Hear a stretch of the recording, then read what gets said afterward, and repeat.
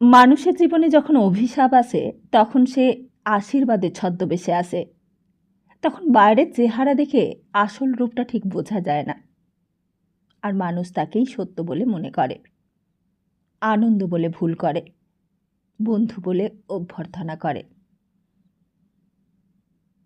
দীপঙ্করের জীবনেও এইভাবেই এসেছিল। ভালোবাসা নাকি অভিশাপ? নমস্কার, আমরা শুনছি বিমল মিত্রের লেখা উপন্যাস কড়ি দিয়ে কিনলাম। তাহলে আসুন শুনে নিই আজকের পর্ব। শুরু করছি আজকের পর্ব। শ্রোতা বন্ধুদের জন্য অনুরোধ রইল, ভালো লাগলে চ্যানেলটিকে সাবস্ক্রাইব করে পাশে থাকুন। কমেন্ট করে জানান গল্পটি কেমন লাগছে, আমারও ভালো লাগবে। তাহলে আসুন শুরু করি আজকের পর্বটি। হ্যাঁ, দীপঙ্কর সেদিন সত্যি অবাক হয়ে গিয়েছিল। হঠাৎ সতীকে অফিসে আসতে দেখে প্রথমে একটু অবাক হয়েছিল। অবাক হয়ে বলেছিল, তুমি? সতী হাসতে হাসতে ঘরে ঢুকল। আজকে একটা অন্য শাড়ি পরেছে, নীল নয়, বটল গ্রিনও নয়, কেমন যেন কমলা লেবুর মতো রং। মেরুন না মবু কে জানে। সতীকে দেখে মিস্টার ঘোষালও যেন একটু আড়ষ্ট হয়ে গেছে। মিস্টার ঘোষাল সহজে আড়ষ্ট হওয়ার লোক নয়, কিন্তু সতীর চেহারার মধ্যে কোথায় যেন একটা স্বাতন্ত্র্য আছে, মানুষকে যেন আকর্ষণ করে, আবার দূরেও ঠেলে। সতী সোজা এসে বললে, তোমার কাজের ক্ষতি করলাম বোধহয় দীপু। সতী ততক্ষণে নিজেই একটা চেয়ার টেনে বসে পড়েছে, যেন বড় উত্তেজিত দেখাচ্ছে তাকে। সতীকে দেখে দীপঙ্কর আরও বিব্রত হয়ে পড়ল। তা বলে একেবারে আপিসে এসে হাজির হলো শেষকালে। বিশেষ করে মিস্টার ঘোষালের সঙ্গে দেখা হওয়াটা ঠিক যেন ভালো বলে মনে হলো না। আর তাছাড়া অনেক কাজও পড়ে আছে হাতে, সারাদিন কোনো কাজই হয়নি। তা হঠাৎ আমার অফিসে এলে যে? কেন, আসতে নেই? না তা নয়, কিন্তু চিনতে কষ্ট হয়নি তো? সতী বললে, না, কষ্ট হবে কেন? ড্রাইভারকে ঠিকানাটা বলে দিয়েছিলুম, সেই সোজা নিয়ে এলে। ভাবলুম আমাদের বাড়ি যাবার কথাটা হয়তো তোমার মনে থাকবে না, তাই একেবারে সঙ্গে করে নিয়ে যেতে এলুম। আবার আজকে? কালই তো গিয়েছিলাম। আজকে আর নাইবা গেলাম সতী।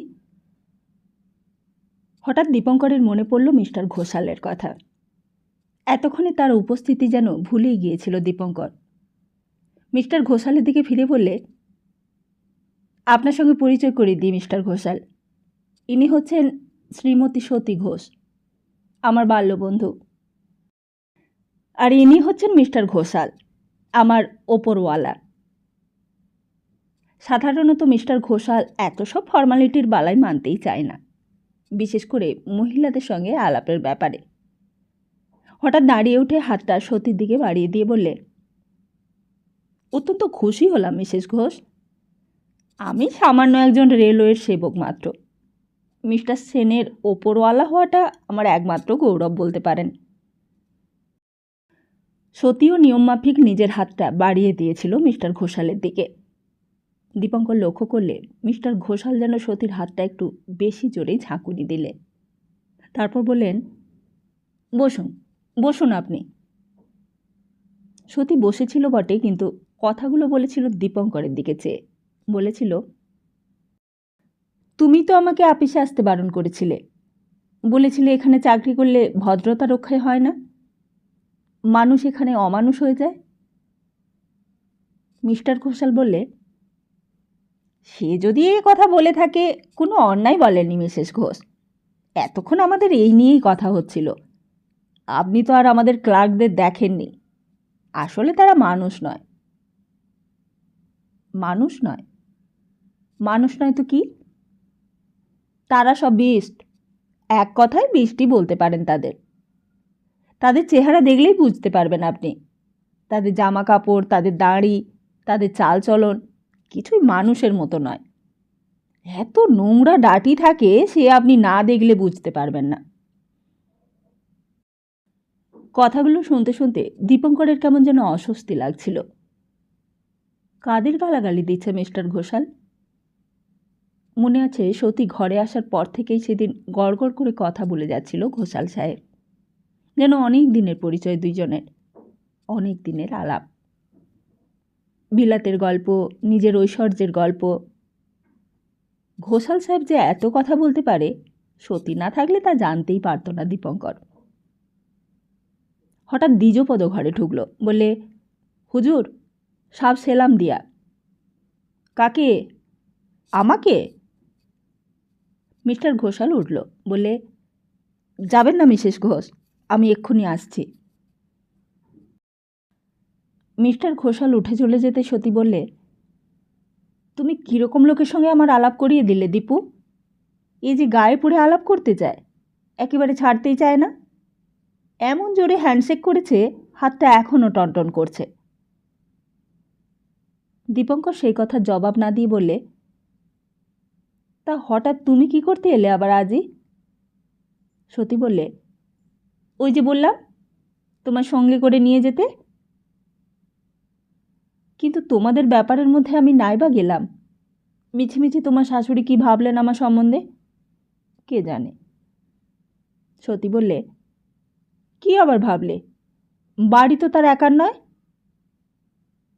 আর তোমার স্বামী সনাতনবাবু, তিনি বা কি ভাবলেন বলো তো? আমি চলে আসার পর তিনি কি বললেন? সতী বললে, তিনিই তো আজকে নিয়ে যেতে বললেন তোমাকে। বললেন যে আজকে পরিচয় হলো না, কালকে ওকে আবার নিয়ে এসো। চলো চলো। কিন্তু এত সকাল সকাল? তাতে কি হয়েছে? এখন গিয়ে গল্প করবে, চা খাবে, তারপর রাত্রে একেবারে খেয়ে দিয়ে তারপর চলে আসবে। কিন্তু দীপঙ্করের কেমন যেন দ্বিধা করতে লাগলো।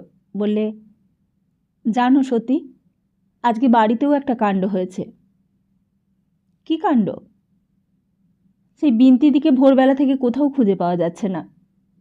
মার এত ভাবনা হয়েছে যে কি বলবো। এদিকে নতুন বাড়ি ভাড়া করে 5 টাকা বায়না দিয়েছিলুম, সেখানেও যাওয়া হলো না। সেই তোমরা যেই বাড়িটাতে ভাড়া ছিলে সেই বাড়িতেই মাকে নিয়ে উঠেছি। আজ সকালেই বাড়িটাতে ঢুকে সমস্তক্ষণ কেবল তোমাদেরই সেই পুরনো কথাগুলো মনে পড়েছিল। কিন্তু বিন্তি কোথায় গেল? পেয়েছে তাকে শেষ পর্যন্ত?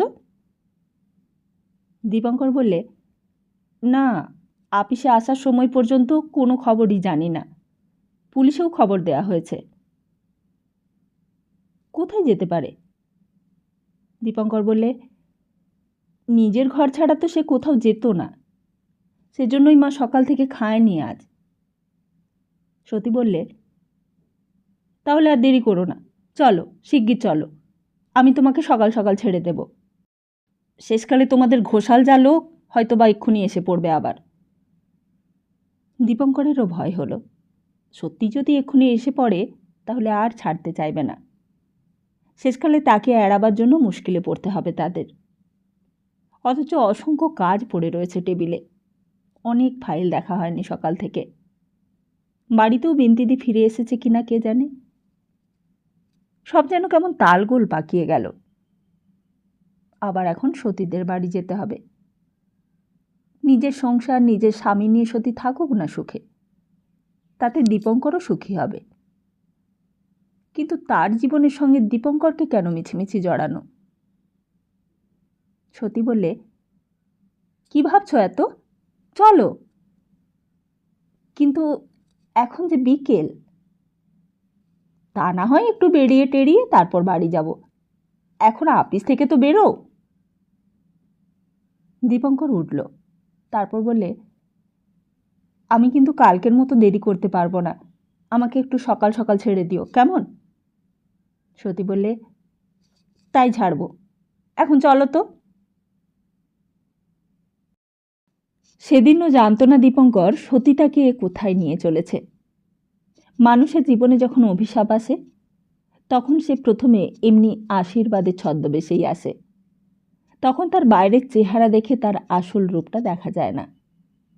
তাকেই সত্য বলে মনে করি, আনন্দ বলে ভুল করি, বন্ধু বলে অভ্যর্থনা করি।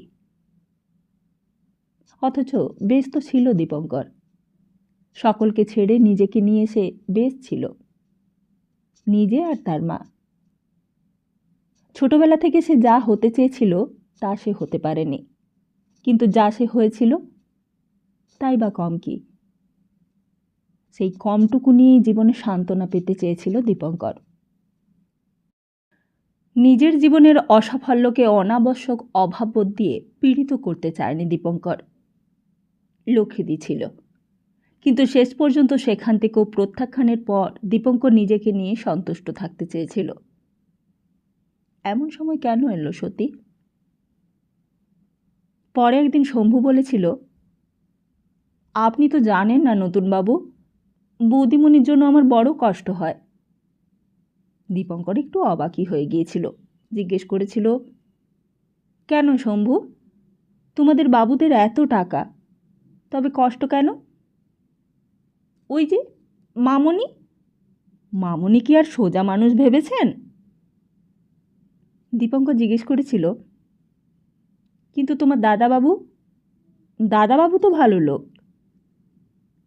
আগে দাদাবাবু তো দেবতুল্য লোক, তার তুলনা হয় না। তাহলে তোমার বৌদিমণির কষ্ট কিসের? শম্ভু এই কথার উত্তর দিয়েছিল, কিন্তু স্পষ্ট করে বুঝতে পারেনি দীপঙ্কর। সেদিন আপিস থেকে গাড়িতে যেতে যেতেও দীপঙ্কর সেই কথাই আরম্ভ করেছিল। সতীর গাড়ি, এই গাড়িটা চড়েই সেদিন সতী তাকে নেমন্তন্ন করতে গিয়েছিল। সতী বললে, তোমার আপিসের কাজের ক্ষতি করলাম নাকি? দীপঙ্কর বললে, না, ক্ষতি আর কি, আমি আজকে সকলকে কাজ করে না বলে ধমকেছি, আর আমি আজকে কাজে ফাঁকি দিয়ে তোমার সঙ্গে চলেছি। তাই একটু না হয় আমার জন্য কাজে ফাঁকি দিলে? দীপঙ্কর বললে, সেজন্য নয়, কিন্তু কালই তো গিয়েছিলাম তোমার বাড়িতে। কাল না হয় আমার জন্মদিন ছিল, কিন্তু আজকে আবার কিসের উপলক্ষ? সতী বললে, তুমি আবার জিজ্ঞেস করছো কেন? আমার অপমানটা তো তুমি নিজের কানেই শুনলে। দীপঙ্কর সতীর মুখের দিকে চেয়ে দেখলে, বললে, আমি তোমাদের বাড়িতে নতুন মানুষ, সবটা বুঝতে পারিনি, আর তাছাড়া আমার কৌতূহলও নেই এইসব ব্যাপারে। কৌতূহল না থাক, উপকার তো করতে পারো আমার। উপকার? দীপঙ্কর চমকে উঠল, বললে, আমাকে তুমি উপকার করতে বলো না সতী। ছোটবেলায় একজনের উপকার করেছিলাম। রোজ ভোরবেলা মন্দিরে মন্দিরে ফুল দিয়ে আসতাম। সেই সময় একজনের খুব উপকার করতাম, অন্তত মনে করতাম তার উপকার করছি বুঝি। কিন্তু সেই উপকারের ফলটা দেখে পর্যন্ত উপকারের ওপরেও অরুচি ধরে গেছে। কার কার উপকার করেছিলে? সে তুমি নাইবা শুনলে, আর তাছাড়া তোমার কাছ থেকে উপকারের অনুরোধ শুনলেও হাসি পায়। সতীও হাসল, বললে, এখন আর সেই কথা বলতে পারবে না। এখন তুমি অনেক বড়, এখন তুমি অন্য মানুষ, এখন তুমি আর সেই তুমি নেই। দীপঙ্কর গম্ভীর হয়ে গেল কথাটা শুনে, বললে, কেন? এখন তুমি কত বড় চাকরি করো, এখন তুমি কত মাইনে পাও। দীপঙ্কর আর থাকতে পারলে না, বললে, শেষকালে তুমিও আমাকে অপমান করবে সতী? মাইনে দিয়ে তুমি আমাকে বিচার করবে?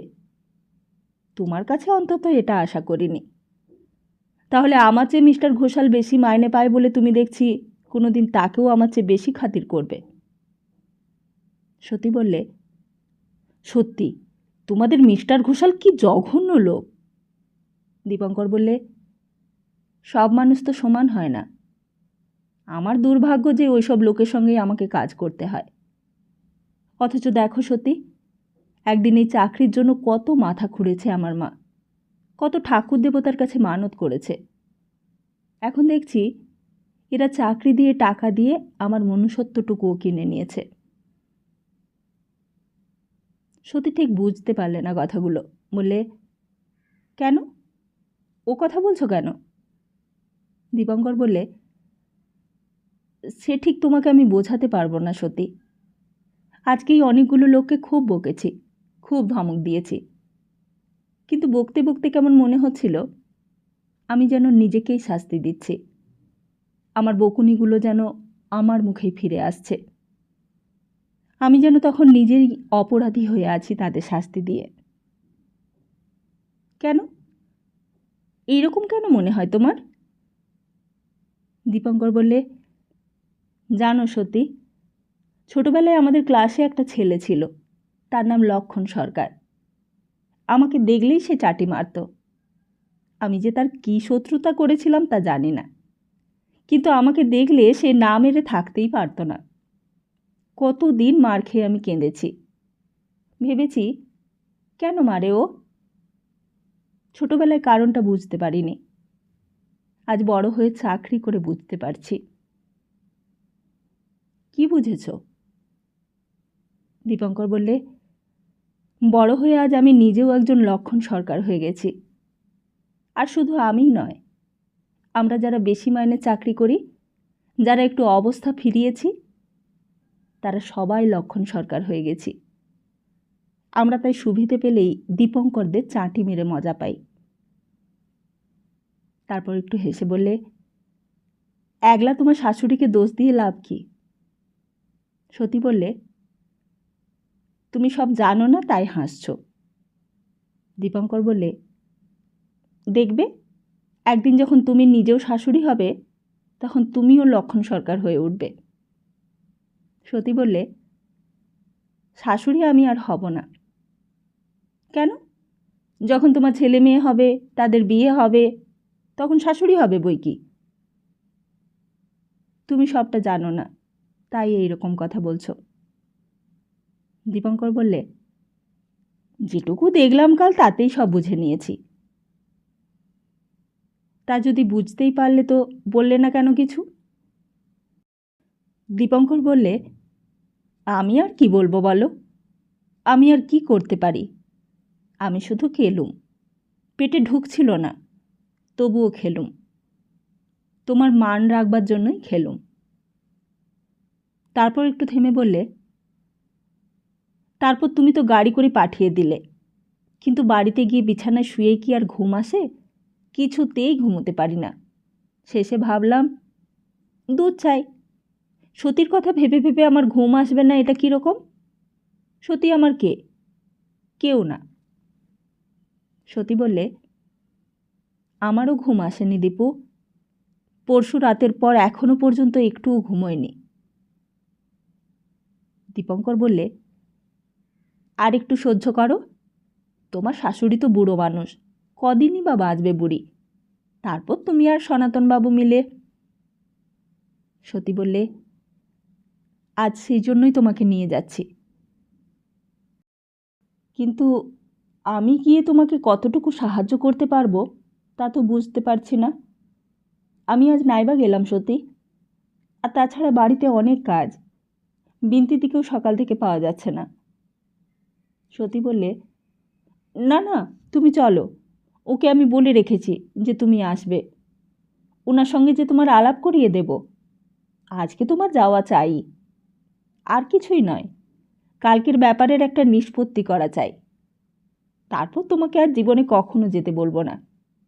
জীবনে আর কখনো না গেলেও আমি কিছুই মনে করব না। এখন মনে হয় আশ্চর্য। সত্যি যদি জানতো মানুষের জীবনে কোনো সমস্যার নিষ্পত্তি এত সহজে হয় না, যদি জানতো যে সমস্যা নিয়ে সে এমন করে বিপর্যস্ত হয়েছিল তার সমাধান এত সহজে হবার নয়, যদি জানতো এমনি করে মানুষের জীবনের সমস্যাটা প্রথমে ছোট হয়েই উদয় হয়, কিন্তু তারপর তাকে বাড়তে দিলে তার ছোট থাকে না। সেই ছোটই আবার একদিন বৃহৎ হয়ে বৃহত্তরকে উপহাস করতে পারে। যদি জানতো তাহলে আর সেই দিন অত আগ্রহ করে গাড়ি নিয়ে একেবারে দীপঙ্করের আপিসে এসে হাজির হতো না। গাড়িতে পাশেই বসে রয়েছে সতী, আর দীপঙ্কর অন্যমনস্ক হয়ে নানা কথা ভাবতে লাগল। এমন করে নিজেকে সতীর হাতে ছেড়ে দেওয়া কি তার পক্ষে ভালো? সতী বড়লোকের বাড়ির বউ, তার অনেক আছে, অল্প নিয়ে তার মাথা ব্যথা নেই। অনেক আছে বলেই অল্পকে হারাতে তার ভয় নেই। কিন্তু দীপঙ্কর কেন যাচ্ছে? কিসের স্বার্থ তার? শুধু একটু সান্নিধ্য? শুধু একটু কথা বলবার সুখ? সতী হঠাৎ বললে, বাঁ দিকে রাস্তা ধরো। দীপঙ্কর বললে, আমার যে কীরকম একটা ভয় করছে সতী। কেন? কি হয়েছে? কিসের ভয়? না, ভয় নয়, তোমাদের সংসারের মধ্যে আমি গিয়ে আবার গণ্ডগোল কেন বাধাই বলো তো? সতী বললে, না না, কোনো গণ্ডগোলই হবে না। আজকে ওনার সঙ্গে আলাপ করিয়ে দেব তোমাকে। কালকে আমারই ভুল হয়েছিল। কালকে ওকে ডেকে তোমার সঙ্গে আলাপ করিয়ে দিলেই ভালো হতো। দীপঙ্কর বললে, তুমি বলছো যাচ্ছি, কিন্তু তোমার শাশুড়ি, স্বামী, তোমাদের পরিবারের মধ্যে আমাকে টেনে নিয়ে গিয়ে কী সুরাহা হবে তা বুঝতে পারছি না। গাড়িটা আবার সোজা রাস্তায় পড়ল। আর বেশি দেরি নয়, বেশ সন্ধে হয়ে এসেছে। রাস্তায় রাস্তায় আলো জ্বেলে দিয়েছে। বাড়িতে এতক্ষণ কি হচ্ছে কে জানে। বিন্তিদিকে পাওয়া গেছে কিনা তারও কোনো ঠিক নেই। বাড়িতে মাকেও বলে আসা হয়নি। মাও হয়তো ভাববে এখন মার আর কোনো কাজ নেই আগের মতো। আগে বাড়ি শুদ্ধ লোকের ভাত রাঁধতে হতো। আজ সকাল থেকে বলে বলেও মাকে খাওয়ানো যায়নি। মা কেবলই কেঁদেছে। আশেপাশে সব জায়গাতেই দেখা হয়েছে, কোথাও নেই।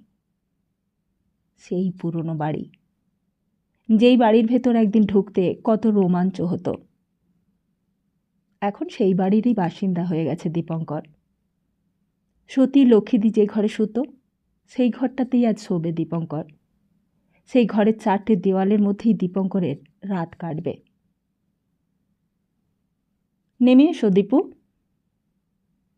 হঠাৎ যেন জ্ঞান ফিরে এলো দীপঙ্করের। কালকে এই বাড়িতেই এসেছিল দীপঙ্কর।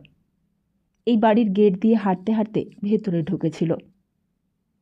আজ আবার সেই বাড়ির গেট দিয়ে সতীর গাড়িতে করে ভেতরে ঢুকছে। এসো। আপিস থেকেই সোজা আসা। সেই সকালবেলা বাড়ি থেকে আপিসে গিয়েছে। আপিসে গিয়ে পর্যন্ত 1 মিনিটেরও বিশ্রাম পাওয়া যায়নি। রবিনসন সাহেবের ঘরেই কেটে গেছে 2 ঘন্টা। সকলের সময় নষ্ট হয়েছে। আর তারপর স্টাফের সঙ্গে বকাবকি। কিছুই কাজ হয়নি সারাদিন। টেবিলে ফাইলের পাহাড় জমে গেছে। কালকে সকালে গিয়েই সব পরিষ্কার করতে হবে। তারপর যেটুকু সময় কাজ করবার ইচ্ছে ছিল তাও নষ্ট হয়ে গেল সতী আসার পর। সতী আগে আগে চলছিল, এতক্ষণ খেয়াল হয়নি। এক গাড়িতে পাশাপাশি বসে আসার সময়ও খেয়াল হয়নি। হঠাৎ মনে হলো সতী কি যেন একটা সেন্ট মেখেছে।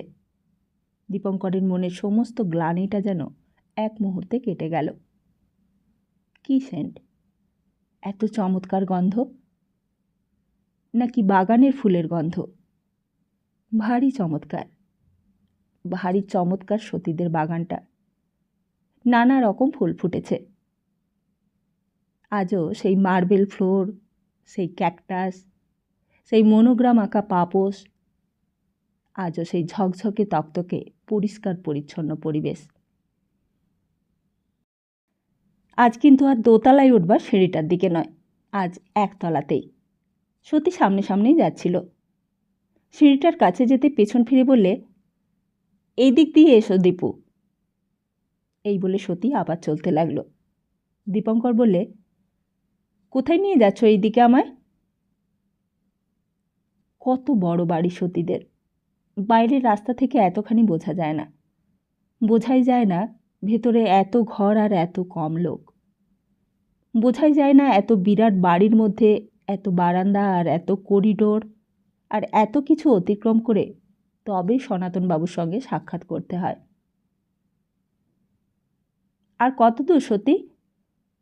সতী বললে, তোমার ভয় নেই, এসো না। সে কবেকার কথা সব। কত কাল আগে টিবিডো শিরিষ ঘোষ সবে কলকাতায় সাহেব কোম্পানির আমলে বেশ পয়সা জমাতে শুরু করেছেন। সস্তা গন্ডার সময় তখন 2-3 টাকা চালের মন, 4 আনা করে দুধের সের। কিন্তু সেই সস্তা গন্ডার আমলেও মেদিনীপুরে দুর্ভিক্ষ হতো, ফরিদপুর বন্যায় ভেসে যেত। সনাতনবাবুর কাছেই সেই সব কাহিনী শুনেছিল দীপঙ্কর। নিজেদের বাড়ির নিজেদের বংশের সব পুরনো কাহিনী, দেওয়ালে দেওয়ালে পূর্বপুরুষদের ছবি টাঙানো। পূর্বপুরুষ বলতে নাম করা কেউ নয়। কবে বর্ধমান না হুগলি কোন জেলা থেকে এসেছিল শিরীষ ঘোষ। খিদিরপুর ডক তখন তৈরি হয়েছে। মাল ওঠানো নামানো আর কুলি মজুর খাটানো এক সমস্যার ব্যাপার। জাহাজ এসে পৌঁছলে সবাই ভিড় করে দাঁড়াতো গিয়ে। রাতারাতি সাহেবদের ঠকিয়ে, সাহেবদের ভুল বুঝিয়ে অনেক মাল পাচার হয়ে যেত বাইরে। সাহেব কোম্পানি টেরও পেত না সেই সব। কাপড় আসতো ম্যানচেস্টার থেকে, যন্ত্রপাতি আসতো লিভারপুল থেকে, কাগজ, কালি, পুতুল, খেলনা, চটের থলি সবই আসতো জাহাজে। তখন ভালো করে গুদামও তৈরি হয়নি। বৃষ্টিতে মাল ভিজত, রোদে পুড়ত। সাহেবেরা আমদানি রপ্তানির কাজে হাজার হাজার টাকা লগ্নি করেছে। ছোটোখাটো ব্যাপারে নজর না দেওয়ায় লোকসানও হতো মাঝে মাঝে। শিরীষ ঘোষ তখন ছোট ছেলেটি। ভাগ্য অন্বেষণে হাজির হয়েছিল খিদিরপুরে ডকের ধারে। ঘুরে বেড়াতো কাজের সন্ধানে। ভাবত যদি জাহাজে চড়ে বিলেতে যাওয়া যায় একবার, তাহলে ভাগ্য ফিরিয়ে নেবে চিরদিনের মতো। কিন্তু সেই আশা সফল হয়নি তার। তবে ভাগ্য ফিরল অন্যভাবে। একদিন জাহাজ থেকে নামবার সময় একটা ক্রেন জেটির ওপর পড়ে গেল। বিরাট একটা ক্রেন। মাল জাহাজে ওঠানো নামানোর জন্য তখন সবে কলকাতায় ক্রেনের আমদানি করেছে সাহেব কোম্পানি। সেই বার্মিংহামে তৈরি ক্রেন জেটিতে নামতে গিয়ে পড়ে গেছে। জখম হয়েছে অনেকেই। কেউ আর কাজ করতে চায় না। শিরীষ ঘোষ দাঁড়িয়ে দাঁড়িয়ে দেখছিলেন। সাহেব কোম্পানির বড় কর্তা পামাস্টোন সাহেব এসে হাঁক ডাক করছিলেন খুব। কিন্তু নেটিভ নিগাররা কেউই কাজ করতে চায় না। তখন শিরীষ ঘোষ এগিয়ে গেলেন। ভাঙা ইংরেজিতে বললে, আমি ক্রেনটা তুলে দিতে পারি হুজুর, আমার কুলি মজুর আছে। কে তুমি? হু আর ইউ? শিরীষ ঘোষ বললেন, আমি poor man sir, poor man son. তা আনো, আনো লোক, আনো কুলি মজুর। তখনই শিরীষ ঘোষ চলে গেলেন মুন্সিগঞ্জে। সেই ঝাঁ ঝাঁ করছে রোদ্দুর। মুন্সিগঞ্জের একটা খোলার চালের খুপড়িতে তখন থাকতেন তিনি। মার একজোড়া সোনার অনন্ত ছিল তার তখন শেষ সম্বল। সেটি নিয়েই তখন বেরিয়ে পড়লেন বাজারে। স্যাকরার দোকানে গিয়ে বেচে দিলেন সেই দুটো। খাঁটি গিনি সোনার অনন্ত। যখন আর কিছুই জুটবে না তখনকারের জন্য রেখে দিয়েছিলেন লুকিয়ে। তখন আর বেশি ভাববার সময় নেই। 5 ভরির অনন্ত। 12 টাকা করে ভরি তখন সোনার। 60 টাকায় দিলেন সেই দুটো বেচে। টাকাগুলো পকেটে নিয়ে মুন্সিগঞ্জের কুলিপাড়ায় গিয়ে হাজির হলেন। সেখানে তখন বহু কুলির আড্ডা। সকলকেই আগাম 4 আনা করে বিলোতে লাগলেন। তাদের সবাইকে নিয়ে হাজির হলেন জেটিতে। 150 কুলি। এখন এই 4 আনা করেই নাও সবাই, বাকিটা পরে পাবে। জেটিতে যেতে সাহেব কুলি মজুর দেখে খুব খুশি। মাথার ওপর কাঠ ফাটা রোদ্দুর। লাঞ্চ খাওয়া হয়নি। পামাস্টোন সাহেব দেখেই বললেন, কি পুয়ার ম্যান, কুলি এনেছ? আগে হ্যাঁ স্যার, দরকার হলে আরও আনতে পারবো। তা সেই ক্রেন উঠল শেষ পর্যন্ত। নির্বিঘ্নেই উঠল। হৈ হৈ শব্দ করে ক্রেন উঠল। পামাস্টোন সাহেব খুব খুশি। আর সেই থেকেই শিরীষ ঘোষের ভাগ্য ফিরে গেল। ক্রেন ওঠার সঙ্গে সঙ্গে শিরীষ ঘোষেরও ভাগ্য উঠল। আর তারপর থেকে শুরু হয়েছে আরেক নতুন মহাজনের ইতিহাস। কলকাতার এই দক্ষিণে তখন সব সুরকির রাস্তা, কিছু কিছু মেঠো পথ, কিছু বাঁশঝাড় আর কিছু ধান জমি। হাজারা রোডের দক্ষিণ দিকে তখন সবটাই জঙ্গল। সেই সময়ে এই মাঠের কোণে এসে বসতবাড়ি করলেন নতুন মহাজন শিরীষ ঘোষ। যখন টাকা ছিল না তখন মুন্সিগঞ্জের খোলার বস্তিতে তার দিব্যি চলে যেত। কিন্তু টাকা হাতে আসার পর তা আর চলল না।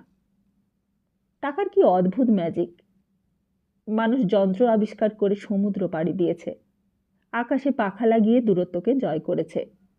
রেলগাড়ি, স্টিম ইঞ্জিন, মোটর গাড়ি চড়ে রূপকথার দৈত্য দানব রাজকুমারেরা এক পদক্ষেপে 7 ক্রোশপথ পাড়ি দিয়েছে। সবই সম্ভব হয়েছে। কিন্তু নতুন যন্ত্রযুগের সব আবিষ্কারকে ম্লান করে দিয়েছে টাকা। নতুন সমাজের বনেদ হলো বংশগৌরব নয়, টাকা।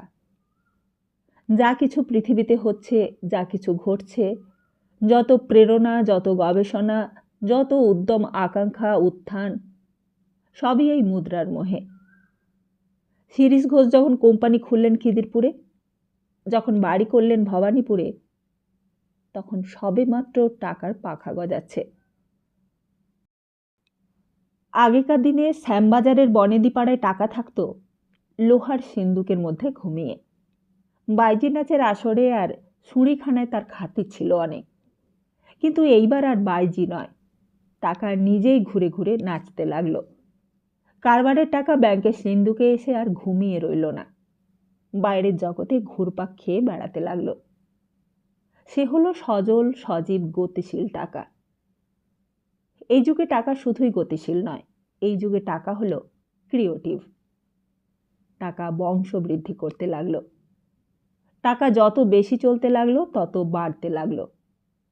এই যুগের মহাজনদের আর বাইজিদের নাচের আসরে টাকা খরচ করতে হলো না। টাকা নিজেই নেচে মর্যাদা বাড়াতে লাগলো। সবই এই যুগে বেচা কেনার পণ্য হয়ে উঠল। টাকা নিজেই রূপান্তরিত হয়ে সকলকেই রূপান্তরিত করে দিল।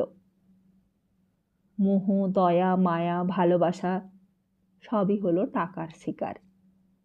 মানুষ নিজেই একদিন টাকার পণ্য হয়ে উঠল। তাই টাকা যাকেই ছুলো, যা কিছু স্পর্শ করল, সব সোনা হয়ে উঠল। আগেকার দিনে মুনি ঋষিদের হাতেও এমন ভেলকি খেলত না। আগে ছিল ডেথ দ্য লেভেলার, এখন হয়েছে টাকা দ্য লেভেলার। মৃত্যুর চেয়েও কঠিন, মৃত্যুর চেয়েও শক্তিশালী। টাকা সমস্ত শ্রেণীভেদ ভেঙে দিয়ে নিজের নতুন কৌলিন্য জাহির করল। টাকা স্বর্গ তো বটেই, টাকাই হলো শ্রেষ্ঠ ধর্ম। আর তাছাড়া টাকাই বংশ, টাকাই গোত্র, টাকাই শ্রেণী। নতুন করে যে শ্রেণীতে শিরীষ ঘোষ ঠাঁই পেলেন, সেই সমাজও টাকাই তৈরি। সবার চেয়ে বড় কুলীন টাকা, সবচেয়ে বড় ব্রাহ্মণ টাকা। আসলে রক্তই হলো টাকা। রক্তের মতন টাকাই সমাজের শিরা উপশিরার মধ্যে প্রবাহিত হতে লাগলো তখন থেকেই। তাই এই যে এত টাকার ক্ষমতা, এ শিরীষ ঘোষ বুঝেছিলেন বইকি, বুঝেই টাকার পেছনে এত ছুটেছিলেন। কিন্তু আরেকটা দিকও নিশ্চয়ই বুঝেছিলেন বোধহয়, কারণ তখন দক্ষিণেশ্বরে এক পরমহংস প্রচার করেছেন টাকা মাটি, মাটি টাকা। কিন্তু তখন খুব দেরি হয়ে গিয়েছে। ততদিনে টাকার পাহাড় জমিয়ে ফেলেছিলেন তিনি। বাড়ি গাড়ি করে, বাগান জমিদারি, আবাদ কিনে টাকার ক্ষমতাটা বুঝেছিলেন। টাকার জ্বালাটাও বুঝে নিয়েছেন। তিনি দেখেছিলেন যারা একদিন প্রথম জীবনে তাকে আশ্রয় দেয়নি, টাকা হওয়ার সঙ্গে সঙ্গে তার আশ্রয়ে এসে তাকে তোষামত করছে। টাকার সঙ্গে সঙ্গে আত্মীয় স্বজন, বন্ধু বান্ধব সব জুটেছে। যত ভক্ত সংখ্যা বেড়েছে, যত গলগ্রহদের সংখ্যা বেড়েছে, ততই টাকার জ্বালা বুঝেছেন। শেষ জীবনে নিজের সহধর্মিণীর মৃত্যুতে সেটা আরও বেশি করে বুঝেছিলেন। তারপর একদিন গিয়েছিলেন দক্ষিণেশ্বরে। তখন সেখানে অনেক ভক্তের ভিড়। কিছু কথা বলবারও সাহস হয়নি, সুযোগও হয়নি। নিজের অগাধ টাকার অপরাধে তখন তিনি নিজেই অপরাধী, তাই আর মুখ খুলতে পারেননি। আর তারপর শেষকালে একদিন তো মারাই গেলেন। তা শিরীষ ঘোষ আর বেশি দিন বাঁচলে কি হতো তা বলা যায় না। হয়তোবা সব সম্পত্তি টম্পত্তি বিলিয়ে যেতেন 2 হাতে। কিন্তু তখন ছেলের হাতে এসে পড়ল সেই অগাধ টাকা। তা শুধু ছেলেই নয়, পুত্রবধূর হাতেও। আর আজ 3 পুরুষ ধরে সেই টাকা বেড়ে বেড়ে এখন এমন পর্যায়ে এসে পৌঁছিয়েছে যে খরচ করে উড়িয়েও তা আর ফুরোনো যাবে না। গাড়িতে আস্তে আস্তে সতী বলেছিল, এই বাড়ি যদি এত টাকা না থাকতো বোধহয় ভালো হতো দীপু। কেন? টাকার জন্যই তো আমরা সব এত চাকরি বাকরি করছি, টাকার জন্যই তো এই দাসত্বের জ্বালায় জ্বলছি। টাকা থাকলে কি আর এত সইতে হতো? না দীপু, তুমি জানো না, সকলে সব জিনিস সয় না, এদেরও তেমনি টাকা সয় না। সে কি, টাকা কি এরা ওড়ায়? সতী বলেছিল, সে তো তবু বরং ভালো ছিল, তাতেও বুঝতাম যে এরা বেঁচে আছে, কিন্তু সেই ক্ষমতাও যে এদের নেই। টাকা ওড়াতেও ক্ষমতার দরকার হয়, সাহসের দরকার হয়, মেজাজের দরকার হয়। সেই যে কবে একদিন ৩ পুরুষ আগে শিরীষ ঘোষ বলে গিয়েছিলেন, টাকা বড় নচ্ছার জিনিস, এরা বুঝি তার কদর্থ করেছে। এরা তাতেই বুঝি বড় ভয় পেয়ে গেছে। ব্যাংকের ডিপোজিটে, আয়রনের শেয়ারে সেই যে টাকাগুলো আটকে রেখেছে, তার থেকে আর নড়চড় হওয়ার যেন উপায় নেই। শুধু টাকাই আটকে রাখেনি, টাকার সঙ্গে শিরীষ ঘোষের অধস্তন পুরুষ তাদের আত্মাও আটকে রেখেছে। তাদের সম্ভ্রম, বনেদিয়ানা, পৌরস সব কিছুই গচ্ছিত রেখে দিয়ে এসেছে ব্যাংকে, দিয়ে নিশ্চিন্ত হয়ে আছে। সম্ভ্রমের এক তিল নষ্ট হলেই তাদের যেন লোকসান হয়ে যাবে, বনেদিয়ানার এক চুল নষ্ট হলেই যেন তাদের সর্বনাশ হয়ে যাবে। অর্থের সঙ্গে সঙ্গে বুঝি পরমার্থকেও তারা বন্দি করে রেখে দিয়েছে ব্যাংকে, ব্যাংকে সেফ ডিপোজিট ভল্টে। পৃথিবী যদি একদিন রসাতলেও যায়, যদি প্রলয় পয়োধি জলে সব কিছু একাকার হয়ে যায়, তবু তাতেও তাদের বনেদিয়ানা ধ্বংস হবে না। প্রিয়নাথ মল্লিক রোডের গেটে দারোয়ান বসিয়ে ব্যাংকের পাসবই সিন্ধুকে আটকে রেখে তাই তারা তাদের আভিজাত্যকে বন্দি করতে চেয়েছিলেন, যেন কিছুতেই না খোয়া যায়, যেন কিছুতেই না গায়ে আঁচড় লাগে। কিন্তু কে জানত, বর্মায় মানুষ হওয়া একটা আশ্চর্য মেয়ে সেই বাড়ির বউ হয়ে ঢুকে ৩ পুরুষের সমস্ত ধ্যান ধারণা এমন করে তছনছ করে দেবে।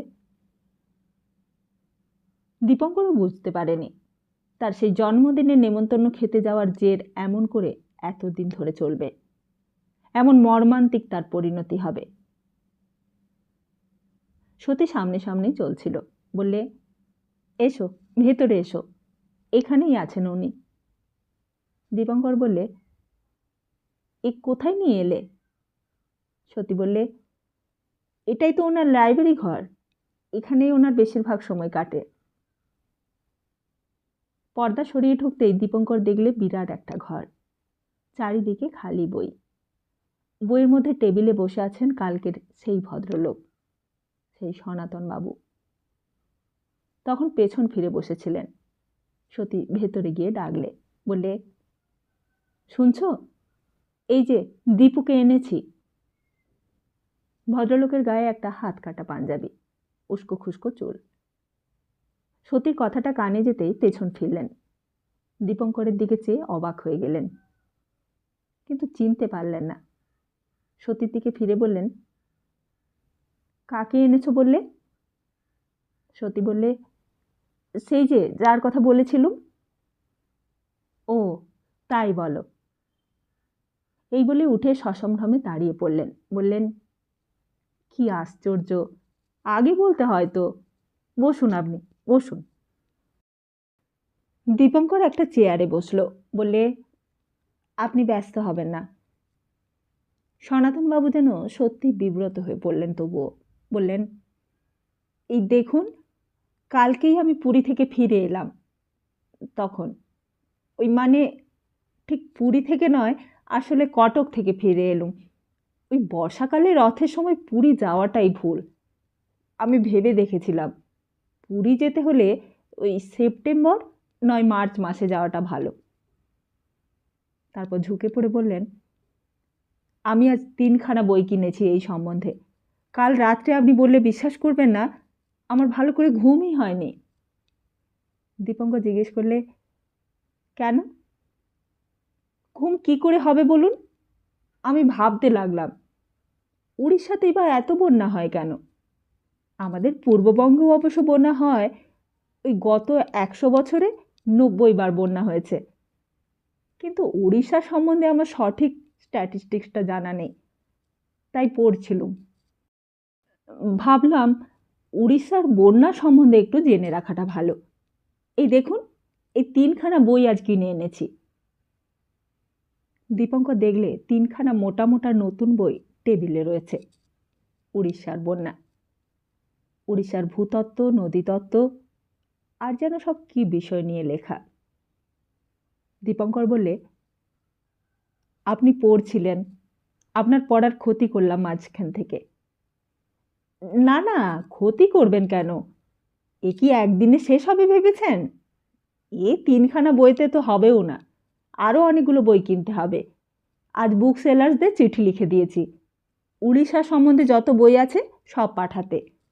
আমি তো ঠিক করেছি অন্তত 6 মাস লাগবে এই ব্যাপারটা জানতে। দীপঙ্কর সনাতনবাবুর কথা, সনাতনবাবুর ব্যবহার সব লক্ষ্য করতে করতে একটু অন্যমনস্ক হয়ে গিয়েছিল।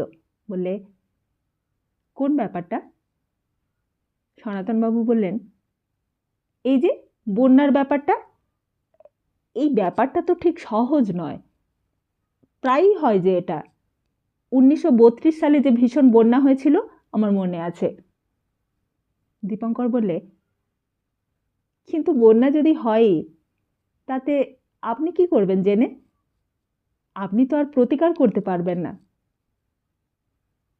সনাতনবাবু সতীর দিকে চাইলে, চেয়ে হাসলেন। বললেন, দেখেছ তো, তুমি যা বলো ইনিও তাই বললেন।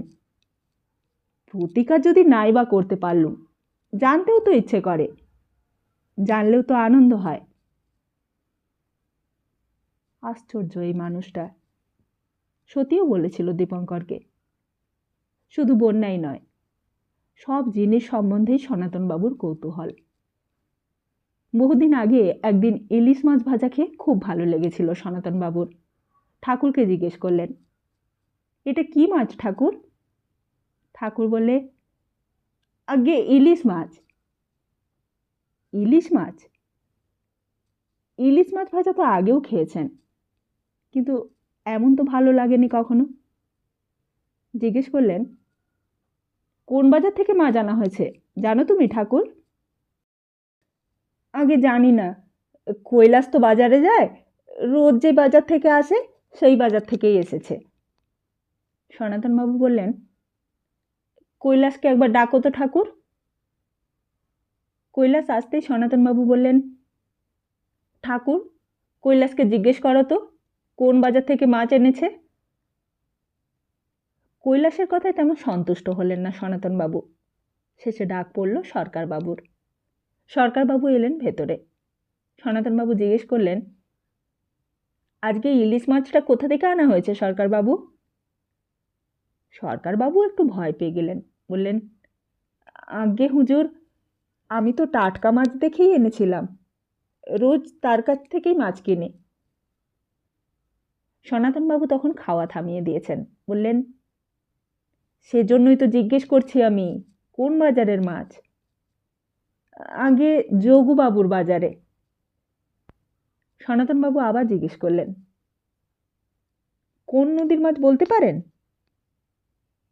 আগে তা তো বলতে পারি না, আমি মেছুনিকে গিয়ে জিজ্ঞেস করব কাল।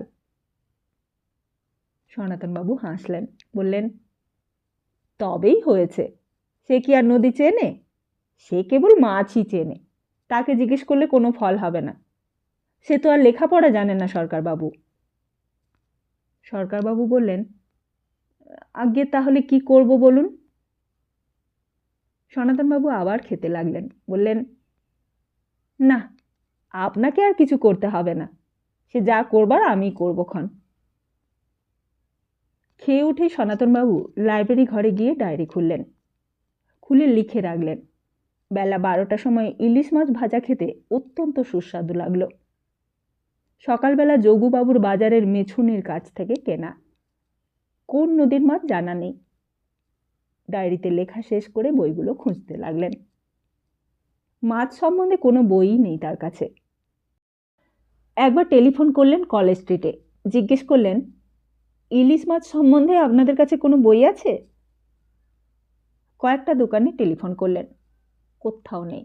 তারা বললে, আমাদের এখানে পাবেন না, আপনি ক্যালকাটা ইউনিভার্সিটির জুওলজি ডিপার্টমেন্টে একবার টেলিফোন করতে পারেন। শেষকালে তাই হলো। টেলিফোন করলেন সেইখানে, নো রিপ্লাই। একজন অনেকক্ষণ পর উত্তর দিলে, হঠাৎই ইউনিভার্সিটি ছুটি হয়ে গেছে লাইব্রেরিয়ানের মৃত্যুতে। কালকে টেলিফোন করবেন আপনি, বেলা 12টার পর। কিন্তু ব্যাপারটা অত সোজা নয়, জরুরি ব্যাপার, ফেলে রাখলে চলে না। হঠাৎ খেয়াল হলো চিড়িয়াখানায় টেলিফোন করলেন। সেই কদিন যে কি উত্তেজনায় কাটল সনাতনবাবুর, একবার এইখানে টেলিফোন করেন, একবার সেইখানে। সনাতনবাবুর মা বললেন, কি হলো বাবা, কিছু বলতে পারলো ওরা? সনাতনবাবু বললেন, না মা, কি করা যায় বলো তো এখন? মা বললেন, কি আর করবে বাবা, ওসব তুমি ছেড়ে দাও, সে তুমি খেয়ে দিয়ে ঘুমিয়ে পড়ো। কিন্তু সেই কদিন কিছুতেই আর ঘুম আসে না। সকালবেলা যোগুবাবুর বাজারের মেছুনির কাছ থেকে ইলিশ মাছ এনে বেলা 12টার সময় ভাজা খেতে কেন এত সুস্বাদু লাগে তা জানা উচিত। রাত্রিবেলা সতী বললে, তোমার হয়তো খুব খিদে পেয়েছিল, তাই ভালো লেগেছে, ও নিয়ে অত ভাবছো কেন? সনাতনবাবু বললেন, কিন্তু জানতে তো ইচ্ছে করে, জানলে তো আনন্দ হয়। সতী বললে, তা পৃথিবীতে তো অনেক জিনিস আছে জানবার, সব কি তুমি জানতে পারবে, নাকি জানা সম্ভব? তা তুমি ঠিকই বলেছ, সত্যি তো, ইলিশ মাছ ছাড়াও তো অনেক জিনিস আছে, সব কি আমি জানতে পারবো? সব কি জানা যায়? তার চেয়ে এখন এসো, শুয়ে পড়ো। তা জোর করে সতী সনাতনবাবুকে শুইয়ে দিলে, গায়ে চাদরটা ঢাকা দিয়ে দিলে, আর বললে, এবার শুয়ে পড়ো তো, তোমার কি ঘুম পায় না? সনাতনবাবু বললেন, কীরকম আশ্চর্য ব্যাপার দেখো, তোমরা সবাই তো মাছ খেলে, আমিও খেলুম, কিন্তু আমারই ভালো লাগলো আর আমারই যত মাথা ব্যথা। কথা বলতে বলতে খানিক পরে ঘুমিয়ে পড়লেন সনাতনবাবু। সতী টের পেলে সনাতনবাবুর তালে তালে নিঃশ্বাস পড়তে লাগলো। তারপরেও অনেকক্ষণ জেগে রইল সতী, অনেকক্ষণ। আবার সেই ঘড়ির ধুকধুকানি সতীর বুকে বাজল, আবার তন্দ্রা এলো সতীর। আবার ভোরবেলা ঘরের বাইরে শাশুড়ি ডাকলেন, বৌমা। কিন্তু পরদিনে 300 টাকার বই কিনে আনলেন সনাতনবাবু চৌরঙ্গি বিলিতি দোকান থেকে। একেবারে মাছের যাবতীয় ইতিহাস, মাছের চাষ, কত রকমের মাছ আছে পৃথিবীতে, সমস্ত কিছু লেখা আছে। সমুদ্রের মাছ, নদীর মাছ, পুকুরের মাছ, বিদেশের মাছ, স্বদেশের মাছ। সেই বই পড়তে লাগলেন আবার দাগ দিয়ে দিয়ে, সকাল থেকে অনেক গভীর রাত পর্যন্ত। আর কোনো চিন্তা নেই তার। 6 মাস পর মাছ সম্বন্ধে সব কিছু যখন জানা হয়ে গেল, তখন তিনি বাঁচলেন। সনাতনবাবুও বাঁচলেন, সনাতনবাবুর মাও বাঁচলেন। কিন্তু জানবার বিষয় তো আর একটা নেই সংসারে। সব জিনিসেই সনাতনবাবুর অদম্য কৌতূহল। একদিন সকালবেলা খবরের কাগজ খুলে দেখলেন, স্টেটসম্যানের এডিটরের ওপর কে যেন পিস্তলের গুলি ছুঁড়েছে। বড় বড় অক্ষরে খবরটা ছাপা হয়েছে। সেই 1932 সালের কথা। কলকাতার বহু লোক সেই খবরে চমকে উঠেছিল, কিন্তু সনাতনবাবু চমকালেন না। বিকেল 6টার সময় এডিটর ওয়াটসন সাহেব Ochterlony monument Eden garden Strand road হয়ে নোপিয়ার রোডের দিকে মোটরে চড়ে আসছেন। গাড়িটা একটু ধীরে ধীরে চলেছে। এমন সময় একটা লোক গাড়ির জানালা দিয়ে সাহেবের দিকে লক্ষ্য করে গুলি ছুঁড়েছে। ওয়াটসনের স্টোনোগ্রাফার মিস গ্রস পাশেই বসেছিল। 3টে গুলির মধ্যে একটা তার গায়েও এসে লাগলো। তারপর অনেক কাণ্ড। ওয়াটসন সাহেবকে পিজি হসপিটালে নিয়ে যাওয়া হলো, আর সন্ধে 7টার সময় মাঝের হাটে বুড়ো শিবতলায় 2জনকে পাওয়া গেল। দুজনেই তখন মরে গেছে। একজনের নাম ননী লাহেরি, আর একজন হালদারপাড়া রোডের গোপাল চৌধুরী। তখন এইসব নিয়ে কয়দিন খুব হইচই হলো শহরে। পুলিশ চলল, খানা তল্লাশি চলল। দীপঙ্করের সেই সব দিনের কথা মনে আছে। কিরণের সঙ্গে মেশাই তখন বন্ধ, পেছনে পেছনে সিআইডি ঘুরছে। আইবি অফিসে ডেকে নিয়ে গিয়েছিল দীপঙ্করকে। আর সতীরও তখন নতুন বিয়ে হয়েছে।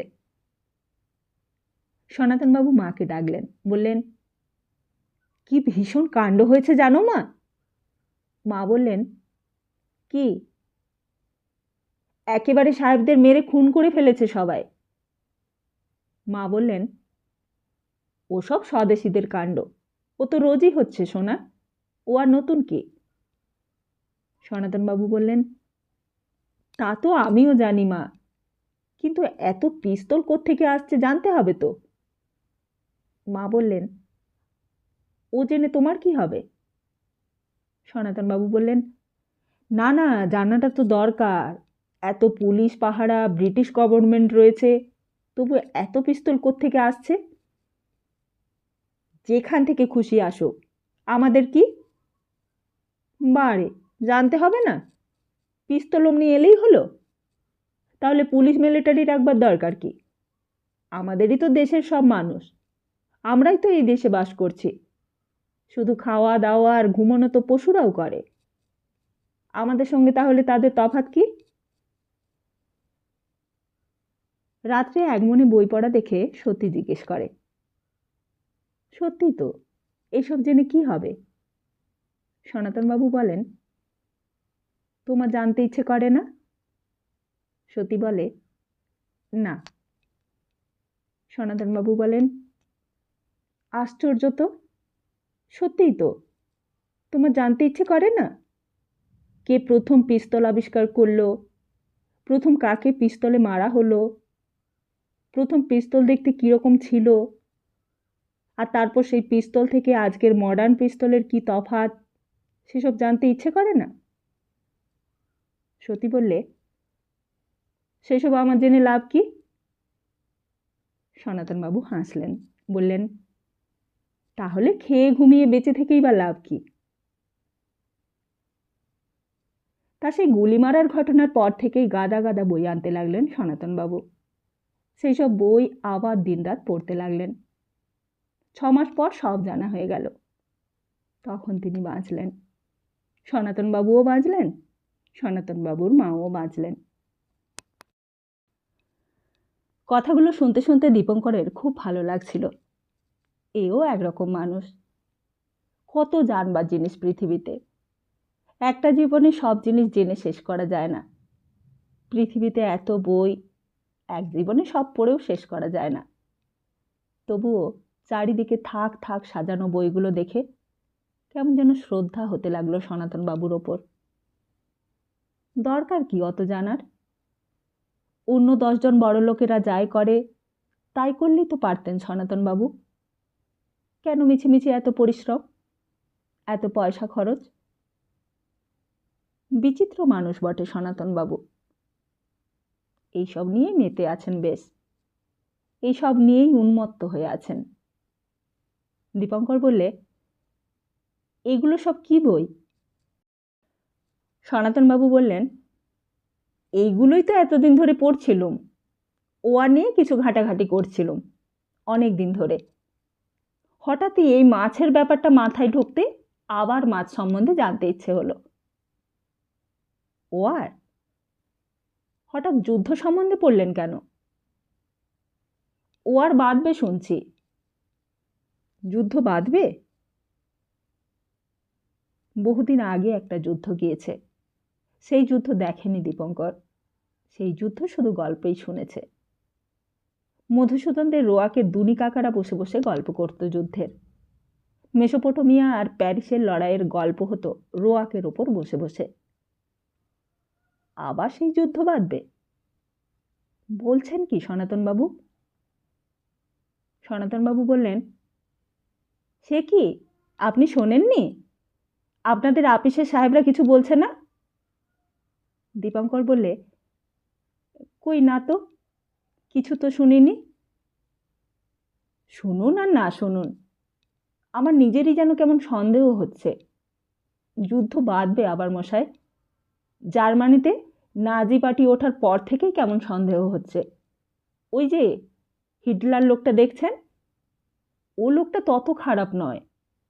লোকটা দেশকে ভালোবাসে, দেশের ভালোই চায়, কিন্তু ওর পেছনে অনেক মারোয়াড়ি রয়েছে, তারাই আসলে ওকে নাচাচ্ছে। সে কি? আগে হ্যাঁ, তারা অনেক বন্দুক, রাইফেল, গোলাগুলি তৈরি করে ফেলেছে। সেগুলো তো বিক্রি হচ্ছে না, একেবারে কারখানায় জমে পাহাড় হয়ে উপচে পড়ছে। সেগুলো চালানো চাই তো। সনাতনবাবু অনেক সব কথা বলতে লাগলেন, যুদ্ধের একেবারে গোড়াকার কথা সব। তখন কেউই জানতো না যুদ্ধ হবে, দীপঙ্করও জানতো না, খবরের কাগজেও সেই সব কথা বেরোতো না। কিন্তু সনাতনবাবুই, মনে আছে, সেই দিন প্রথম দীপঙ্করকে যুদ্ধের কথাটা বলেছিলেন। কে জানে, হয়তো সনাতনবাবু নিজেই জানতেন না তার কথা শেষকালে এমন করে অক্ষরে অক্ষরে ফলে যাবে, আর সেই যুদ্ধে সমস্ত পৃথিবী জড়িয়ে পড়বে। জড়িয়ে পড়বে ইংরেজ, জড়িয়ে পড়বে ফার্সি, জড়িয়ে পড়বে রাশিয়া, সবাই জড়িয়ে পড়বে পৃথিবীর প্রত্যেকটা লোক, প্রত্যেকটা অধিবাসী। আর সেই যুদ্ধে শেষ পর্যন্ত সত্যিও জড়িয়ে পড়বে।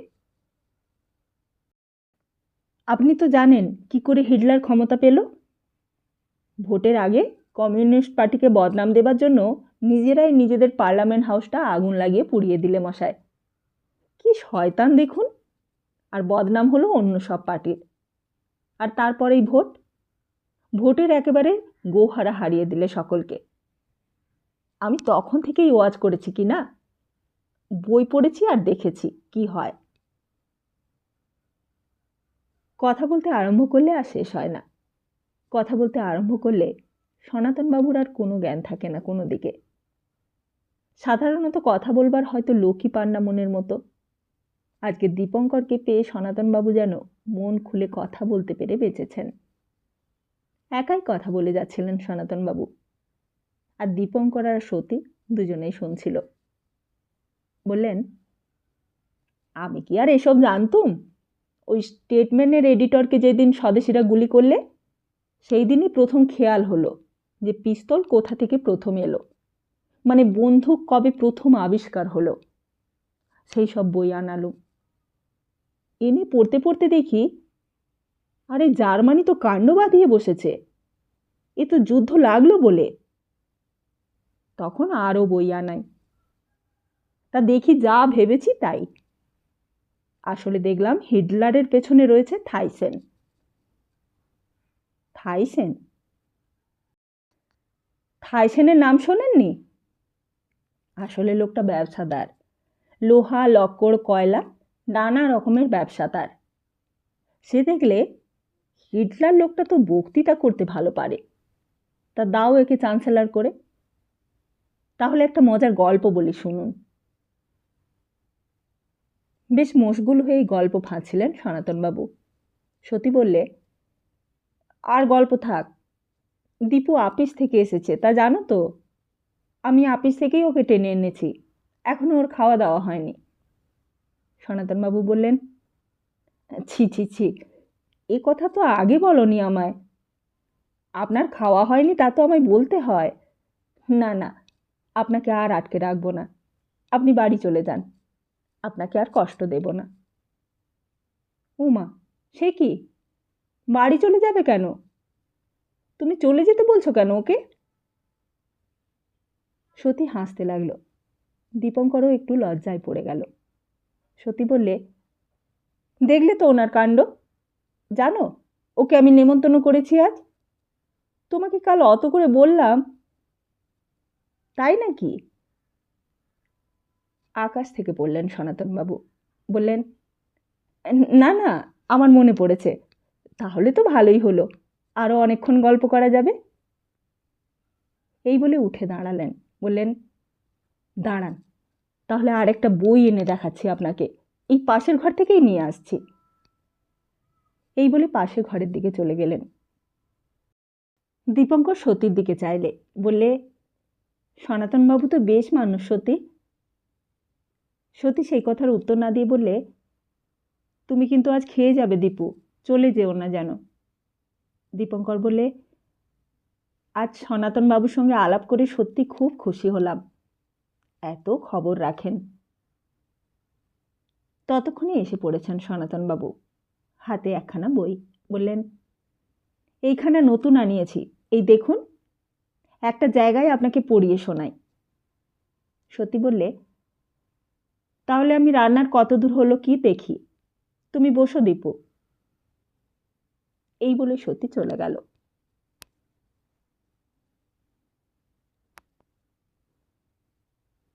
তাহলে আজকের মতো এখানেই শেষ করি। খুব তাড়াতাড়ি আসছি আগামী পর্ব নিয়ে। ততদিন ভালো থাকুন, সুস্থ থাকুন, আর সবাইকে ভালো রাখুন। নমস্কার।